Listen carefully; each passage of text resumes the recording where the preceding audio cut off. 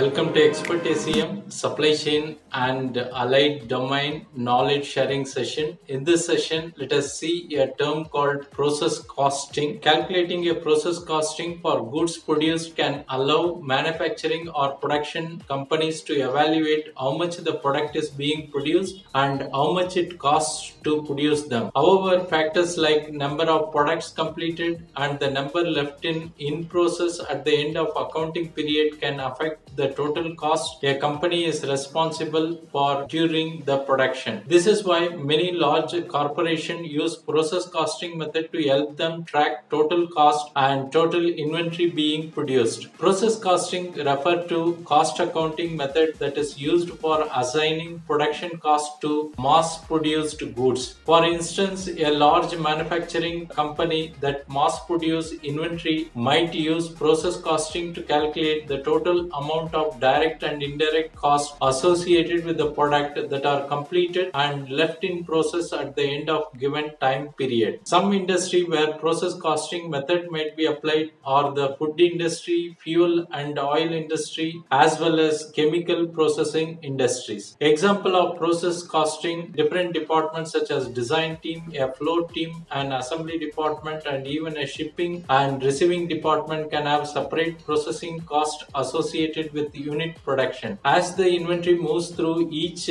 stage of development, each department may add its calculated cost to the overall process costing of producing the goods. A company that produces ink cartridges applies process costing through several departments. The first department, the design department, is where the overall shape, dimension and other design elements of the cartridge are processed. As the ink cartridge move through other department during the production period, different costs will be added to the total amount of cost incurred during production. So this will give an overall cost for the product. Thanks for watching. Bye.